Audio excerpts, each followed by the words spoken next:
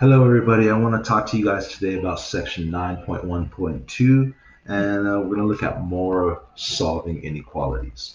Here is a more complicated inequality, but when we solve these inequalities, we always want to start off by changing the inequality to an equation, and then we want to solve the equation. Okay, so that is what we are going to do with this one right here. We're going to change this to an equation, and then we are going to solve this. Okay. All right. Here's our equation. Boom. We just changed our inequality to an equation, and then we solve the equation. Reach into your toolbox. We know how to do this stuff right here. Distribute the -3. Um, oops. Excuse me. Um, and then we want to x minus 7 right here. We can combine like terms, or we can simplify this side right here so that we get -3x plus 5 is equal to x minus 7. And let's see, we can subtract 5 from both sides. And we can even subtract x from both sides so that we get -4x is equal to -12.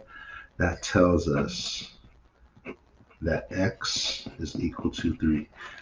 Now, this value that we find when we solve the equation, this is called the boundary point. When we create our number line to try to find our solution region, this is going to be that special point. That's going to be the boundary point. All right, so here's our number line.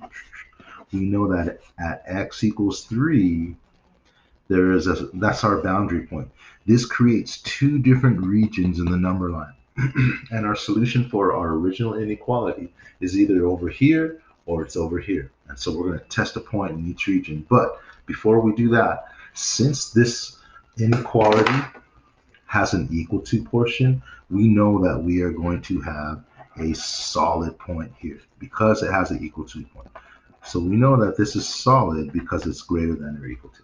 Okay? All right, let's move forward here. So we know the solution region is going to be here at x equals 3. It's either going to be on this side or it's going to be on this side. Okay, so always test 0. 0 is going to be your easiest test point. Okay, so 0 is in this region here. So we're going to test x equals 0 here. Over here, we could test, how about x equals 4? Okay, we'll test x equals 4. All right, so we're going to take these x values and we're going to substitute these into our original inequality. Here's our original inequality. So we're going to test 2 times, take away 3 times, and we're going to plug in 0 here. We're testing 0, so we're going to take 0, take away 1, and we're going to see if this is greater than or equal to 0 minus 7, okay? All right, testing our inequality here. We get 2 minus -3 times -1. We're going to see if this is greater than or equal to -7. This right here, we get, this is -3 times -1, which is a +3. And we get a 5. Is 5 greater than or equal to -7? This is true. So we know that this is part of our solution region. We want to check the other region just in case this one works also. Okay, so we're going to take our original inequality, 2 times -3, and we are going to substitute in x equals 4. Okay, so we're going to substitute in x equals 4 here. So 4 minus 1. We're going to see if this is greater than or equal to 4 minus 7. All right, we're testing both regions. All right, we simplify this.